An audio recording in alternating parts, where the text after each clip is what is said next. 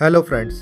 दुनिया में कई तरह के लोग होते हैं, जिनमें से कुछ वास्तविक होते हैं और कुछ काल्पनिक। लेकिन कुछ प्रजातियां ऐसी भी हैं जिन्हें ना तो वास्तविक कहा जा सकता है और ना ही काल्पनिक। ऐसा इसलिए क्योंकि ना तो ऐसे लोगों के होने के पुख्ता सबूत मिलते हैं और ना ही इन लोगों के औचित्य को पूरी तरह से झुठलाया जा सकता है। ये लोग इतने मिस्टीरियस होते हैं कि इनके बारे में संपूर्ण ज्ञान किसी के पास नहीं होता। ऐसी ही प्रजाति का नाम है वैम्पायर्स। ये लोग ना तो पूर्ण रूप से इंसान होते हैं और ना ही पूरे जानवर, और ये लोग ना तो पूर्ण रूप से जीवित होते हैं और ना ही मरे हुए।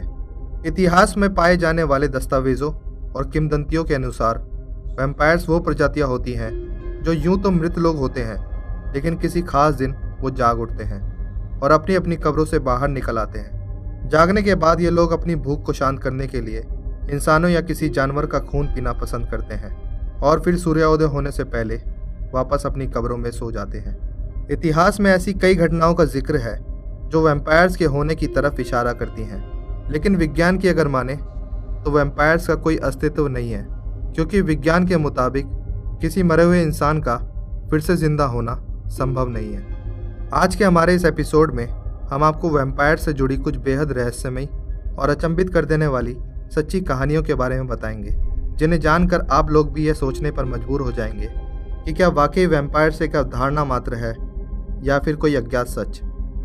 तो चलिए दोस्तों शुरू करते हैं। Peter the blood sucker. सन 1700 के समय में वैम्पायर्स और उनसे जुड़ी घटनाएं बेहद प्रचलित थी। सन 1700 से 1730 के समय को ड्रैकुला का समय माना जाता है। उन दिनों यूरोप और इंग्लैंड जैसी जगहों पर लोग वैम्पायर्स का नाम लेने से भी डरते थे। सन 1725 में किसिलोवा सर्बिया नाम की जगह पर एक किसान था जिसका नाम पीटर था। उसकी मौत हो गई, लेकिन पीटर की मौत के कुछ ही दिन बाद कुछ ऐसा घटित हुआ जिसे देखकर लोगों के रोंगटे खड़े हो गए। अपनी मौत के 3 दिन बाद पीटर अपने 10 साल के बेटे के पास आया और अपने बेटे से कुछ खाने के लिए मांगा। उसके बेटे ने पीटर को खाना दे दिया और पीटर वहाँ से चला गया। लेकिन अगले ही दिन पीटर एक बार फिर अपने बेटे से खाना मांगने आया, तो इस बार उसके बेटे ने पीटर को खाना देने से इनकार कर दिया। अगली सुबह पीटर का बेटा मृत अवस्था में पाया गया। उसके शव को देखकर ऐसा साफ पता चल रहा था कि उस बच्चे के शरीर में खून की एक बूंद तक नहीं थी, क्योंकि इस बच्चे का शरीर पूरी तरह से सफ़ेद पड़ चुका था और उसकी आंखें खुली हुई थी, जिन्हें देखकर लग रहा था मानो उस बच्चे ने मरते समय कोई बेहद खौफनाक मंजर देख लिया हो। उस बच्चे की डेड बॉडी में जो बात सबसे ज़्यादा विचित्र थी वो ये थी कि बच्चे की गर्दन का दाहिना और पिछला भाग बुरी तरह से घायल था। उसके घावों को देखकर ऐसा लग रहा था कि मानो किसी ने उस बच्चे की गर्दन को नोच खाया हो। इस मौत के बाद लगातार 9 दिनों तक बिल्कुल इसी तरह की मौतों का सिलसिला चलता रहा और उस गांव के लोगों के बीच खौफ इस कदर बढ़ गया कि गांव वालों ने वैम्पायर हंटर्स की सहायता लेने का फैसला किया। इन वैम्पायर हंटर्स ने जब सभी 10 मौतों और उन 10 लोगों की डेड बॉडीज़ की तफ्तीश की तो पाया कि सभी मौतों के पीछे किसी पिशाच यानी वैम्पायर का हाथ है। उन्होंने जब पीटर की कब्र को खोलकर देखा तो वहां मौजूद सभी लोग हैरत में पड़ गए। पीटर का मृत शरीर अभी भी बिल्कुल ताज़ा था और उसके कपड़े अभी भी खून से भीगे हुए थे। पीटर की छाती में एक छड़ी गड़ी हुई थी और पीटर के मुंह में किसी पक्षी के पंख मिले। पीटर की लाश को उसकी कब्र से निकाल कर आग के हवाले कर दिया गया और उसकी राख को पास ही के एक चर्च के सामने दफना दिया गया ताकि पीटर का पिशाच फिर से न जाग जाए। इसके बाद पीटर को दोबारा कभी नहीं देखा गया, लेकिन पीटर की छाती में वो छड़ी और उसके मुंह में वो पक्षियों का पंख कहाँ से आए, इस गुत्थी को कोई नहीं सुलझा पाया। क्या पीटर पर किसी प्रकार का अनुष्ठान करके उसे वैम्पायर बनाया गया? इस सवाल का जवाब पीटर की राख के साथ हमेशा के लिए ज़मीन में दफन हो गया। एलिजाबेथ बैथरी। एलिजाबेथ बैथरी को द ब्लड काउंटेस के नाम से भी जाना जाता है। उसने 21 अगस्त 1614 तक हंगरी पर राज किया। एलिजाबेथ को इतिहास के कुछ सबसे क्रूर महिलाओं में से एक माना जाता है, जिसके चलते गिनीज वर्ल्ड रिकॉर्ड में सबसे ज़्यादा कत्ल करने वाली महिलाओं में एलिजाबेथ का नाम दर्ज है। बहुत से इतिहासकारों का मानना है कि एलिजाबेथ एक जीती जागती वैम्पायर थी। वो लोगों को बेहद क्रूरता से मौत के घाट उतार देती थी। लोगों को मारने के लिए वह नए नए तरीके अपनाती थी, जिनसे मरने वालों को अधिक से अधिक तकलीफ पहुँचे।